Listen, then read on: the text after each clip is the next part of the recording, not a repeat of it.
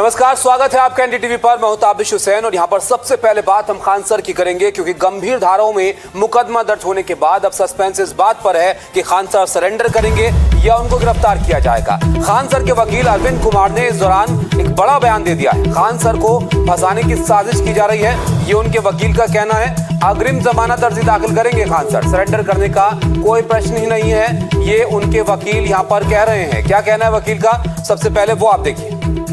विकल्प है उनका एंटीसिपेटरी बेल फाइल जी,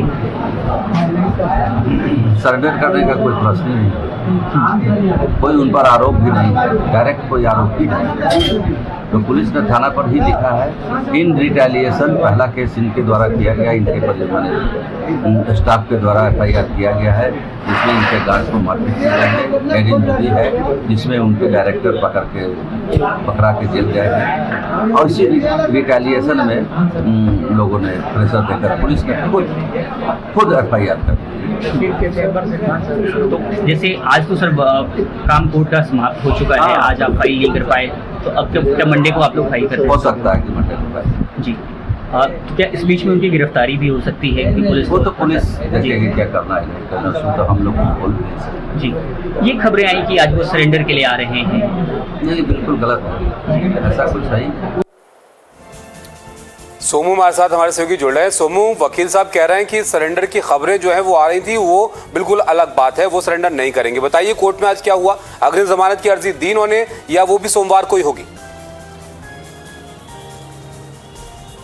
देखिए, क्योंकि कोर्ट जो है वो इन दिनों मॉर्निंग टाइम में चल रहे हैं, मॉर्निंग शिफ्ट में, इसलिए आज उनकी तरफ से अग्रिम जमानत की याचिका जो है वो फाइल नहीं हो पाई है, वो सोमवार को फाइल होगी। इस बीच में पुलिस जरूर उनको गिरफ्तार कर सकती है, लेकिन एक बात साफ तौर पर उनके वकील ने कही कि खान सर पर सीधे तौर पर कोई आरोप नहीं है, इसलिए सरेंडर करने का कोई भी सवाल पैदा नहीं होता है। उन्होंने ये कहा कि जो बयान दर्ज कराए गए हैं वो पुलिस के सामने दिए गए बयान हैं, पुलिस ने अपनी तरफ से उनको लिखा है और इसलिए वो कोर्ट में एडमिसिबल नहीं है।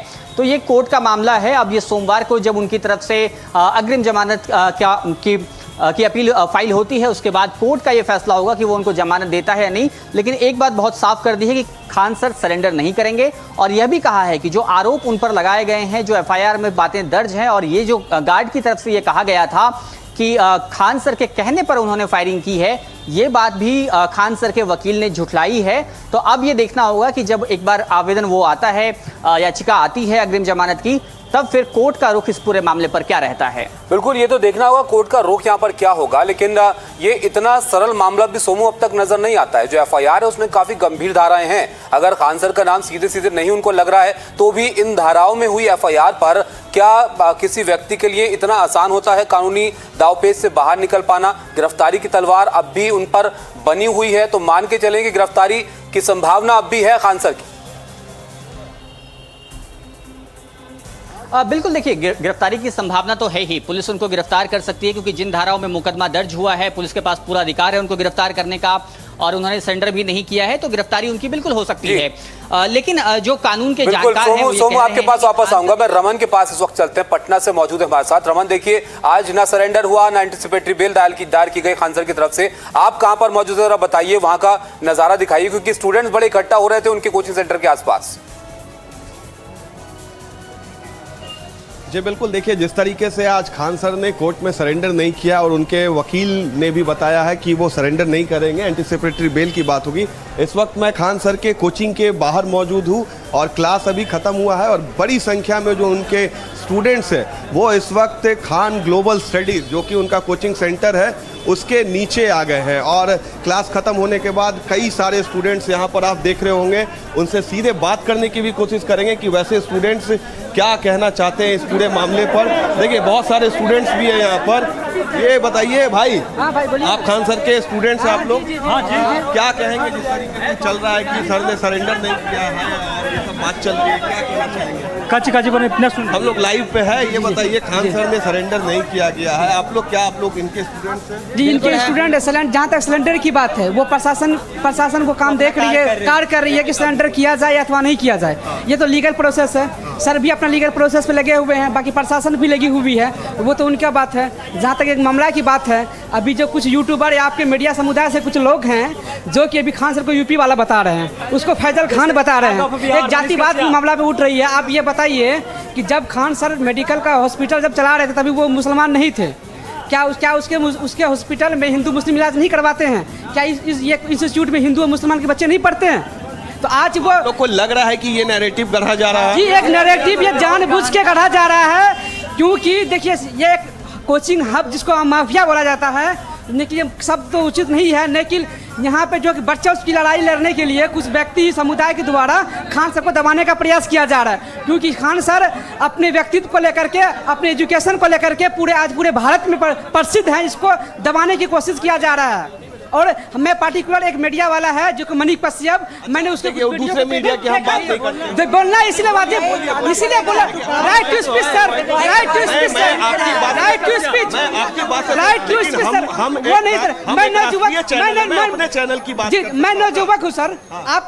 आपको मैं फॉलो कर रहा हूँ, आप सब नेगेटिव फैला रहे हैं, क्या हम पे प्रभाव पड़ेगी या नहीं पड़ेगी? हम लोग तो राष्ट्रीय मीडिया, हम अपनी बात जी आप अपनी बात, लेकिन वो हम आपकी बातों को समझ पा रहे हैं, लेकिन जो उनको है भाई मेन मुद्दा जो आप बता रहे हैं कि कश्यप की बात मत करो, मेन मुद्दा वही कश्यप, मनीष कश्यप ही मेन मुद्दा उठा रहा है। और वो सर बिहार के एक जाने माने यूट्यूबर देखिए, आप लोग छात्र हैं, देखिए दूसरा क्या करता है हम उसकी जिम्मेदारी तो हम नहीं ले सकते, ये कोर्ट देखेगा या पुलिस देखेगा। आप लोग छात्र हैं, आप लोग क्या चाहते हैं? अब यही चाहते हैं जो भी मामला घटित हुई है इस पर निष्पक्ष जांच किया जाए, और जो इस पे अगर रियल में जो दोषी है वो पार्टिकुलर उसको सजा मिले। बात बताइए, क्या इस विवाद से सबसे ज्यादा जो प्रभावित हो रहे हैं वो छात्र हो रहे हैं? आप लोग की पढ़ाई पर कितना असर पड़ रहा है? पढ़ाई पर सर अभी देखिए 1-2 रोज से क्लास ऑफ थी, अभी कुछ एग्जाम आगे आने वाली है, उसको लेकर के हम लोग की तैयारी कुछ बाधित है सर। अब देख ही रहे हैं कि हमेशा देखिए पुलिस प्रशासन, आप लोगों का कौन सा एग्जाम है जो होने वाला है? अभी सर देखिए 14 बीपीएससी है, अपनी मद निषेध है। कौन सा एग्जाम है? मद निषेध का 14 को और 17 को एग्जाम है। 2-3 दिन से लगातार क्लासेस बंद चल रही थी, तो उसमें जिसके कारण बाधित हुई है, बच्चों को बहुत सारा नुकसान हुआ है, मेंटलिटी भी दिक्कत हो रहा है। जो पुलिस है कैंपस में कितने दिनों से, इससे आप लोग को क्या दिक्कत हो रही? जो पुलिस के कारण ये होता है कि बाधित होता है कि यहाँ पे कुछ और कांड ना हो जाए, फिर से स्टूडेंट। हम यही कहना चाहेंगे मीडिया वालों से कि सबसे पहले अब कुछ दिन पहले आपको टीआरपी लेने के लिए खान सर को खान सर कहते थे, लेकिन आज आप फैजल खान और मुस्लिम, एक मिनट, आप मुस्लिम हिंदू कर रहे हैं। सबसे पहली बात, जो भी विवाद हुई है उस विवाद का निष्पक्ष जांच हो, जो दोषी है उस पर कार्रवाई की जाएगी। लेकिन अब इस चंद मीडिया वाले जिसको गोदी मीडिया कहते हैं, वो इस बात को ना बोले कि वो खान सर फैजल खान है, हिंदू है तो मुस्लिम है। बिल्कुल, कोई शिक्षक का देखिए कोई धर्म नहीं होता। यूपी के है, यूपी के है तो बिहार के क्या, एक मिनट, क्या वो खान सर क्या इतना बड़ा शिक्षा में जो क्रांति लाई है, क्या वो यूपी के लिए लाई कि बिहार के बच्चों के लिए लाई है? बिहार के बच्चों के नहीं, समस्त भारत। रमन, एक छोटा सा सवाल और था मेरा, ये बच्चों से जरा पूछेगा कि अभी खान सर की क्लास लेकर आ रहे हैं क्या? वही पढ़ा रहे थे अंदर, कहाँ है खान सर? बिल्कुल, एक दिल्ली से सवाल है कि आप लोग खान सर के स्टूडेंट्स हैं, क्या खान सर आज थे यहाँ? आज नहीं, हम लोग टेस्ट देने आए थे, हम लोग टेस्ट दे दिए, हम लोग जा रहे हैं। सर से कोई मुलाकात नहीं हुई है। सर कहाँ, हम लोग नहीं जानते हैं। खान सर टेस्ट में उपस्थित। बिल्कुल, खान सर जो है, स्टूडेंट्स बता रहे हैं कि खान सर टेस्ट आज इन्होंने देने आए थे और टेस्ट में आज नहीं थे। एक और स्टूडेंट है खान सर के। चलिए रमन, आपके पास वापस आऊंगा मैं। देखिए, स्टूडेंट जो वहां पर थे उनसे बात कर रहे थे हमारे सहयोगी रमन। अब सवाल इसी बात को लेकर है कि अब आगे क्या होने वाला है इस मामले के अंदर। एंटिसिपेटरी बेल की बात थी, वो भी आज नहीं हो पाई है। अब सोमवार तक बात यहां पर चली गई। अब कोर्ट खुलेगा उससे पहले क्या पुलिस की कोई कार्रवाई होगी, ये तमाम चीजें अब इस पर सबकी नजर रहेगी। बहरहाल, ज्ञान बिंदु कोचिंग सेंटर के संचालक की बात करेंगे रोशन आनंद, तो उनका क्या कहना है इस पूरे मामले पर, वो भी जरा आप देख लीजिए। पटना में अब खान सर पर एफआईआर भी हो गई है और गिरफ्तारी की तलवार उन पर लटक रही है। पुलिस की टीम देर रात तक उनके कोचिंग सेंटर के बाहर रही, हालांकि इस दौरान छात्रों का बड़ा हुजूम भी था। अब तक गिरफ्तारी नहीं हुई। हमारे साथ ज्ञान बिंदु कोचिंग सेंटर के शिक्षक वरुण जी हैं। वरुण जी, एफआईआर हो गई है, अभी आप लोग अब आगे किस तरह का एक्शन चाह रहे हैं? देखिए सर, जैसा आपने देखा कि उनके साइड से जब ऑब्लिगेशन लगी है रोशन आनंद सर पे, तो पुलिस बहुत ही तत्परता के साथ रोशन आनंद सर को गिरफ्तार की है। इवन उस रात में ही हमारे एक ब्रांच पर पुलिस के द्वारा जाकर के रेड भी किया गया है और सुबह होते होते रोशन आनंद सर की गिरफ्तारी कर ली गई है, जो कि हम लोग की तरफ से उस गिरफ्तारी के लिए कोई विरोध भी किया नहीं गया था, क्योंकि हम निष्पक्ष जाँच के ऊपर निर्भर है, हम उसी पर भरोसा करते हैं। जब उतनी ही संगीन या उससे अधिक संगीन जो धाराएं हैं, जो कि हम लोगों ने सोशल मीडिया पर एफआईआर देखा है, जो ऑलरेडी उस शिक्षक के ऊपर भी लगाई गई है, फिर भी से इतना डिले क्यों हो रहा है प्रशासन को गिरफ्तार करने में? क्या वो व्यक्ति अंडरग्राउंड हो गया है? क्या वो व्यक्ति इस पटना शहर से बाहर है, क्या वो व्यक्ति कहीं और जाकर के छुप चुका है?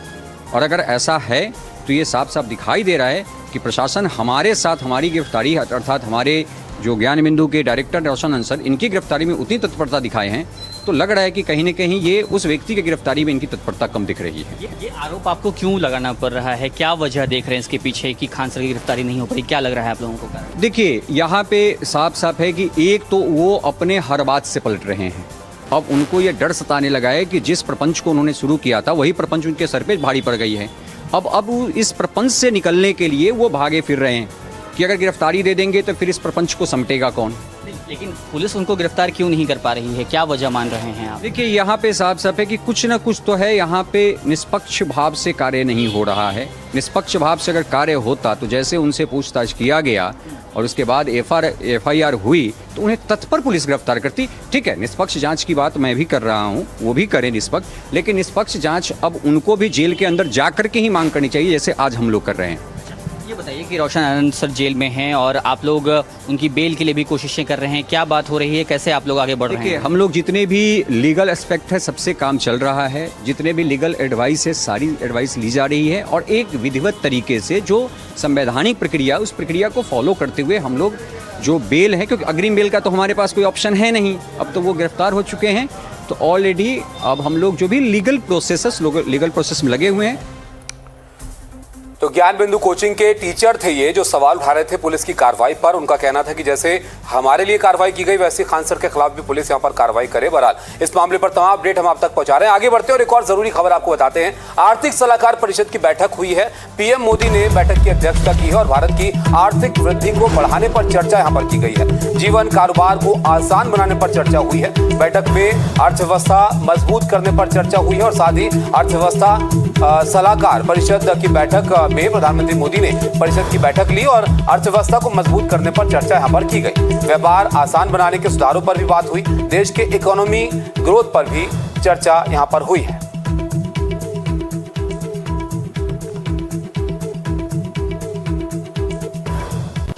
पश्चिम एशिया में संकट लगातार बना हुआ है। वहां से रुक रुक कर तनाव की खबरें आती रहती हैं। ऐसे में दुनिया भर पर असर इसका पड़ रहा है। अब भारत कैसे इस चुनौती से निपट रहा है, इस पर और विस्तार से चर्चा करने के लिए महत्वपूर्ण बैठक आज यहां पर ये हुई है आर्थिक सलाहकार परिषद की। पीएम मोदी ने इस बैठक की अध्यक्षता की है और यहाँ पर तमाम महत्वपूर्ण पहलुओं पर चर्चा की गई है। कारोबार को आसान कैसे बनाया जाए, अर्थव्यवस्था के लिए खड़ी हुई इन चुनौतियों से कैसे यहाँ पर निपटा जाए, इस सब पर बात यहाँ पर की गई है। प्रधानमंत्री मोदी अध्यक्षता कर रहे थे इस बैठक की और अर्थव्यवस्था को मजबूत करने, व्यापार आसान बनाने और सुधारों पर खास तौर पर यहाँ चर्चा हुई है।